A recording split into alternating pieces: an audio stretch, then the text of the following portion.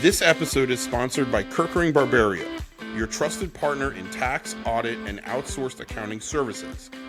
Serving Sarasota, Manatee, and the greater Tampa Bay area for over 50 years, KB helps clients achieve their personal and business goals. Visit kbgrp.com to learn more. Hello and welcome to the Business Observer from the Corner Office podcast. I'm Mark Gordon, managing editor of the Business Observer. Today's guests are Alan and Josh Bomstein, founders and now recently named CEO of Creative Contractors. Josh and Alan, welcome. Thanks for being here. Thank you. Thank you for having us. Yeah, it's a pleasure. Absolutely. So we're going to start with a big milestone, 50 years, major accomplishment to be in any business, but construction certainly has its ups and downs.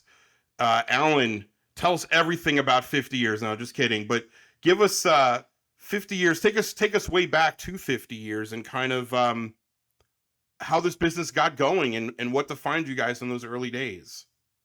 Well, when you're 28 years old and you're starting from scratch, it's kind of a challenge. You're unknown and nobody knows you, and you're trying to break into a business that you hope to build into something.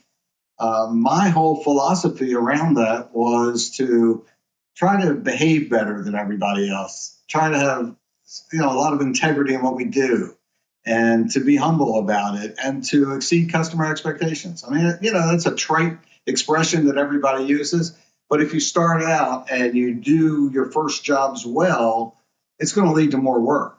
When I got started, I started building tenant build-outs in malls. So Countryside Mall was being developed in Clearwater, and I knew folks involved in that from my previous role at U.S. Home Corporation, which was what brought me to Florida. And we managed to open 9 stores with the opening of that mall when it opened on Labor Day weekend in 1975. And those 9 were good enough that the following year I did 30 more stores, 24 more stores.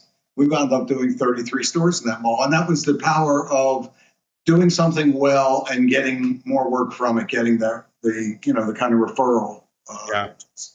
So, Well, so you just had this philosophy of you're going to do good work, and then people are going to say, hey, these guys did good work, let's use them again. Yes, and believe it or not, in the construction industry, that stands out. So being honorable, having integrity, being honest in the construction business, I was able to stand out by just behaving like a good human being. Yeah. I think that's sort of a classic Florida story to be able to go above that. And then switching to you, Josh, I believe you grew up in the business, literally and figuratively. Tell us about how you got into Creative Contractors and how you've grown in your role there. It's interesting. I've only worked, formally as an employee, other than summers on job sites and sometime working in the office. I've only formally worked for the company. This is my 20th year. But in so many ways, I feel like, I've been with the company my whole life, my 48 years, because I always saw what my father was building and admired it, and got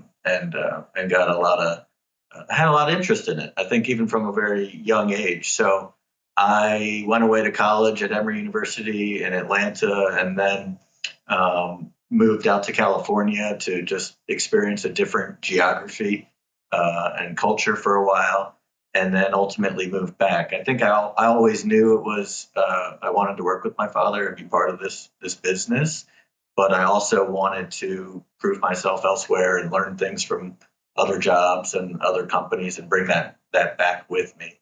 And I'm glad that I think that has helped me at least initially earn the respect of our team members and our employees, and I haven't regretted it for a day. Excellent. Working family, not even a day, as you're sitting right next to your father as well. No, I'm just kidding. So, it's like you can't pick a favorite child, I'm told, although I'm I only have one child, so my teenage son is my favorite. But let's talk about projects. You guys have been behind so many projects over these 50 years that have sort of defined the landscape of Clearwater, Tampa Bay, throughout Florida. Tell us about some defining projects for creative contractors that stand out in your mind. Yeah, if you go back to the very beginning, the first, excuse me, the first defining project that we did was built an ice rink in the middle of a mall, an existing and open mall. It was Countryside Mall that opened in 1975. In 1979, I got a call from the mall, and they said, "Hey, could you build an ice rink in the middle of the mall for us?" And I said, "Hey, I don't know anything about ice rinks." And they said, "4 years ago, you didn't know anything about mall stores." Um, so we built an ice rink. And that was really iconic at the time. There were no ice rinks in Florida, in Tampa Bay. It was the only ice rink in Tampa Bay. There was certainly none in a mall. Right. I And would say not in a mall. Yeah. and I learned how to build an ice rink as a result of that. Because, one of the things that I found out in this business is that as contractors, we're just the bakers that are baking the cake. Someone else does the recipe, and that's the architects and engineers. So they are, if the architect and engineer correctly put together what goes into a building or facility, all we have to do is execute. And it almost doesn't matter what the product is. So it could be a firehouse, it could be a school, it could be a hospital, it could be an ice rink. If we have the information, if we have the drawings, if we have the recipe, we can bake that cake. You asked about defining projects. Yeah, so Ruth Eckerd Hall is one of the hallmark clients of ours. We've done numerous projects there. We have expanded the hall to 3 times its original size. Most recently, we built a whole new front entry and significant large lobby for Ruth Eckerd. It quadrupled the size of their existing lobby. We added on a 20,000-foot lobby building that is just extraordinary. If you've been there in the last 2 or 3 years, you have seen it. And people comment on that. But we did there, we did some amazing projects at Ruth Eckerd Hall. We tunneled under the seats essentially to create a concourse that connected the east and west lobbies of that hall, which was a remarkable project. I won't get into details, but it was challenging and it was remarkably successful. And Ruth Eckerd subsequently led us into other theater work. And we have developed a literal niche in the whole performing arts sector. So it expands through universities, high school performing arts centers, university performing arts centers. We are about to start work on the Strass Center in Tampa with a major addition there. The historic theater renovation, the Tampa Theater is a client of ours. We're about to do we've done several minor projects there. We're about to do a major project there. We did the Capitol Theater in Clearwater, which was a 1921 movie theater that we restored to the grandeur. I like to say the grandeur it never had. We made it into something quite special. There's so many schools that we've done that we are proud of. Our hospital work is amazing. Lakeland Regional Medical Center, now Lakeland Regional Hospital in Lakeland, which is, most people don't realize how big that is. It's an 860-bed hospital, and it has the largest emergency room business in the state of Florida, and one of the largest in the nation. And that's because they are the central player in all of Polk County. There's not a lot of hospitals in Polk. So they pretty much get it, they're more than their fair share of emergency room work. But the hospital's big. It's, like I said, 860-bed hospital. We have been there since 1998. And you talk about doing things right that leads you into having more work. We started out there. They gave us a trial $200,000 renovation to do in 1998. Here we are 26 years later. We've done over $1 billion of work at that hospital, which is just remarkable. 400 and plus projects, most of them smaller, but several, towers and parking garages and energy centers. And so it's been a great plan. I'm glad he answered that, because I hate the question of what's your favorite project or because so many of them stand out in so many different ways. And I'm always sit back and have such gratitude for the opportunities we have to build so many amazing projects. He's named a lot of them, but there's really such a long list. And, that's so important to me. You asked a moment ago when I answered the question about coming to work here, and part of the, my desire to do that was literally what we get to build. We get to build institutional projects that are part of the fabric of the community that really serve to better the community, whether it's schools where kids are learning, or it's performing arts centers where people are being captivated by our performance, or they're at a hospital where they're being healed, or a synagogue or a church where they're praying, or a recreation center where they're getting more fit. These are things that, I get a little mushy about it maybe, but it makes me feel good about what we do, that we're contributing to making this a better place. And really all of our projects do that. And I have so much gratitude for that.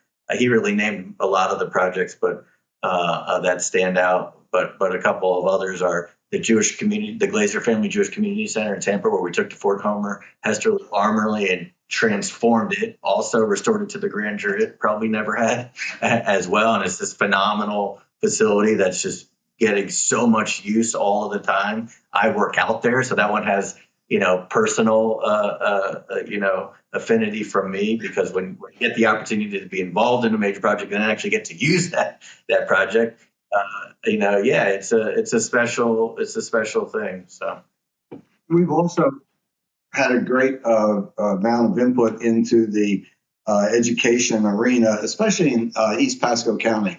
You've watched in the last 10 years the phenomenal growth in the Wesley Chapel area and all of that general East Pasco area. We have built some amazing schools there.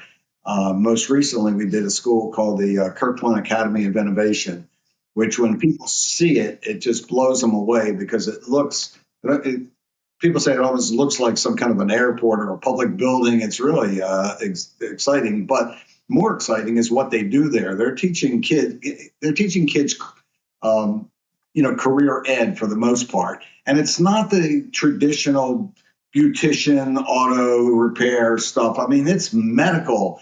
It's industrial. It is finance. It's HR. Every student that leaves the Kirkland Academy, it has a certificate of competence in a trade. They are employable immediately and skilled in a trade. And it's fabulous. It's just to be part of that is so exciting for us. Yeah, some amazing projects. And so, you talked about being in business and just kind of doing the right thing early on, got your repeat customers. But it's hard to stay in business 50 years. So I want to switch to you, Josh. Tell us about some of the lessons you've learned about running an organization, running a construction company, specifically working with your dad. I think the biggest thing I've learned from him is just, to treat people well. Sounds so simple, but it's really true. And yes, we're a construction company, but we're really people hiring other people to build a building, and we're providing a service, and the building is a byproduct of the service that we provide. So to me, it is just all about how you treat people, how we treat our team members, how we treat our trade partners and our suppliers, how we treat inspectors, and how we treat everybody that we come in contact with who is vital to our success, and treating them with our core values of respect and integrity and transparency and quality. Those are the things that really stand out to me. He's always preached, and this is we preach this to all of our team members on projects, which is to put ourselves in the owner's shoes. Because it's easy every day as a contractor, you're facing challenges you weren't expecting, and you're trying to get people motivated to build a building and overcome all these different challenges. It's easy to have your needs that are right in front of you be your priority, but you always have to step back and make the needs and the priority of the owner ahead of our own. Sometimes that might be a little different than what we need at that very moment. But doing that has been essential to our success, to be able to put our needs aside, put ourselves in the owner's shoes, and do what is best for the owner. And sometimes that means maybe spending some money to do so. We will always sacrifice fee to ensure a client is happy at the end of a project. And that's our mission, right? It's superior construction service, placing client satisfaction above all else. And that's really the most important piece of our mission, client satisfaction above all else. And that means above profits. And we've done that countless times over the years. Early in the business, I would have a project manager or superintendent say something to me to the effect of, the owner wants this, this, and this, and that's really not part of the job. What should I do? And my response always was, well, if you were the owner, what would you think is reasonable? And just do that. Act in, as Josh just said, put in the other person's shoes. The golden rule is kind of a trite thing, but if you really, when I think about it, and people say, what's the most important thing to you? It really is. It's the golden rule: do unto others as you would want, others to do unto you, and not. The important part of that is not as others do, but as you would want others to do unto you. Because other people may be, not as nice, but that doesn't mean that you should behave in a like way. Your responsive behavior should be as if others behaved as you would like them to have behaved. Josh brought up another point that I just want to talk about for a second, and that is that treating everybody well. When I started the business, I realized how important our subcontractors were to us, because we rely on our subcontractors to perform all the work. We are general contractors. The specific trades are all done by subcontractors. We are only as good, and our product is only as good as the collective efforts of all those trade contractors. And from day one, when I started in the business, I wanted to be the kind of partner that the trade contractors want to work with. I wanted to be the general contractor that every plumber wanted to work for and that every electrician wanted to work for, because they got good treatment. And we have, to this day, that's still the paramount basis of our business. Treat them well. We actually present most valuable partner awards on every job to the subcontractor who was most valuable to us on that job. And we give them this beautiful marble memento, and they're blown away because most contractors don't do that stuff. We honor our contractors at dinners. We used to have a best of the best dinner where we'd invite 100 of the best subcontractors to come and have a steak dinner on us.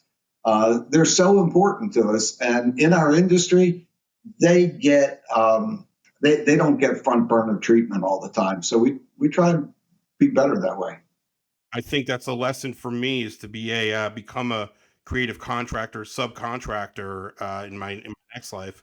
Get my steak dinner, guys. I mean, opening either of you guys, is there a setback that sort of stands out in your mind that you guys learned specifically from maybe a bid you didn't get, or a job that, just as you talked about, put yourself in the owner's shoes, that you guys were saying, hey, you need to do this, and the owner's like, we need to do this. I know that happens sometimes in your line of work, but what stands out in your mind is a setback that you guys were able to overcome? Yeah, you brought up an interesting thing when you said a bid that you didn't get, because those aren't really setbacks. You don't expect to be selected every time you present on a project and or bid on a project, which is bidding is not as common a practice today. It's more of a merit selection process. But even when you don't get selected, and we do learn from those lessons, we actually will go back and look at what we did. We will have a kind of a post-mortem interview with the owner and say, tell us why we didn't get this. We'll go back to the school board and say, where did we fall short in the ranking that we came in third on this project instead of coming in first? And we do that regularly. The biggest setback I think I can recall having was what I call the financial enema of 1988. In 1988, we had been in business for about 13 years or 14 years. And our accountant was a longtime friend of the company, a friend of mine. And I think we may have been his only audit client. He was really more of a tax accountant and had mostly doctors and lawyer kind of practice. And we were a business that required a full audit. And somehow or another, that year, he did not fully perform all the duties as an auditor that he should have, and our financial statement wound up incorrect, and it had to be restated. Issuing a restated financial statement to your bonding company is a big deal. It's an embarrassment to get egg on your face. And that caused me to take a whole different look going forward from that point to and how we approached our whole accounting, job costing, and financial relationships, especially with our bonding company and with our accounting firm. It resulted in us changing to a true audit accounting firm that we hired that at the recommendation of our bonding company. It resulted in I had to cut overhead. I had to let some people go. It was a tough year, but we changed the process and we introduced what began and continues to this day to be monthly job cost meetings with all of our project managers, where we go through every job line by line every month.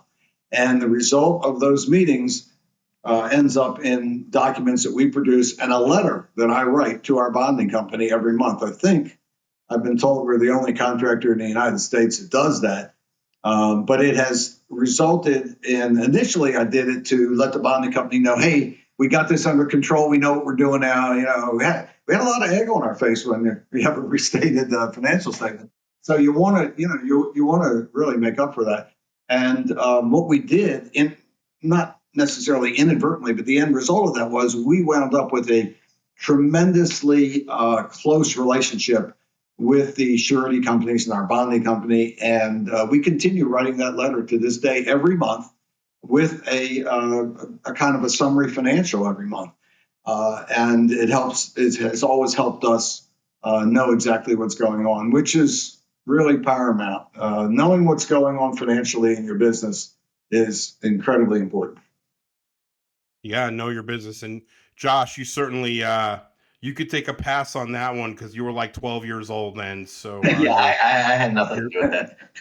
You were in 6th grade or something on the playground, so all good. So as one last question, guys, as we come sort of into the 4th quarter here of 2024, what are we looking at just in general terms of where's the state of creative contractors? I know Josh, you're in the CEO role now, but what are we looking forward to in the next year or so from you guys? Well, we're pretty excited about the next couple of years. I mean, fortunately for us, we have a nice backlog of work with some great projects. So we're grateful for that, and we're going to be very busy. At least the markets that we build in, these institutional markets of education, healthcare, municipal, cultural recreation facilities, there's still a lot of activity. Private sector, multifamily, and hospitality. I'm hearing, there's been some slowing over the past year with the interest rates and insurance costs and construction costs. But we don't build in that, but that appears to have slowed a little, but, big interest rate cut yesterday. So we'll see what kind of impact that has. But from our perch of the commercial construction industry, a lot of activity, subcontractors are busy. Fortunately, costs have stabilized. A couple of years ago, we were having cost escalation that was out of control. Costs have stabilized. We're back to more normal annual cost increases in the materials. But labor is still very tight. I've said to others that the war for talent is real, and I would say that really still is the case. So I encourage all of your listeners to pursue a career in construction. And if they'd like an internship, we'll take them and we'll train them. But no, it's the next couple of years look quite busy here in West Central Florida in the markets that we build in. Excellent. And before I totally let you guys go, we do at the end 3 rapid fire questions. All right, I always say, are you ready? But I'm not giving you a choice. You have to be ready. We're going to start with you. It's the same question. We're going to start with you, Alan. Do you prefer a beach or a mountain vacation? Beach. We're in Florida. Interesting. Josh, same question, mountain or beach? Depends on the season, but usually a beach. Beach. You guys grew up in Florida, still sticking beach. Okay. Josh, start with you. This is going to be interesting because it's different generations. What's one thing or something you do not get about today's culture? You know what I don't get about today's culture, and I have 3 young kids, so I'm pretty in tune with it. I don't really get this living your life, your private life in the public sphere via social media. And it really is kind of foreign. That I can't quite get my head around that. And posting, 100 pictures from your vacation every day while you're overseas and things like that. It just that I can't get my head around that. You're not taking pictures of your tacos. Yeah. You're not putting your tacos on Josh Bomstein Instagram. All right, Alan, what's one thing you do not get or something you do not get about today's culture? Rap music. I don't know why it's called rap music. There's no music involved. There's a lot of things I don't get about today's culture. It's another podcast. Okay, Alan, sticking with you. Last question: should breakdancing be an Olympic sport? Not at all. It's just, I don't get that. It's not a sport. It's a performance, and it's not. The Olympics shouldn't be about performance art. There's a lot of forms of performance art that you could lump in and say that should be in the Olympics too. But I disagree. It should be, but Australia can't participate. Excellent. I like it. That's second generation. He's coming to a new understanding. You guys got this succession plan down pat. You guys totally got it. Awesome. Excellent. Well, Josh and Alan Bomstein, Creative Contractors, keep up the great work. Thank you for being on From the Corner Office podcast. Thank you for having us. Mark, it's a pleasure. Thank you, and best of luck to you as well. Thank you for listening to the Business Observer From the Corner Office podcast. I'm your host, Mark Gordon. This podcast was produced by Reed Corley of the Corley Company in Sarasota. To hear more episodes of From the Corner Office podcast, go to businessobserverfl.com.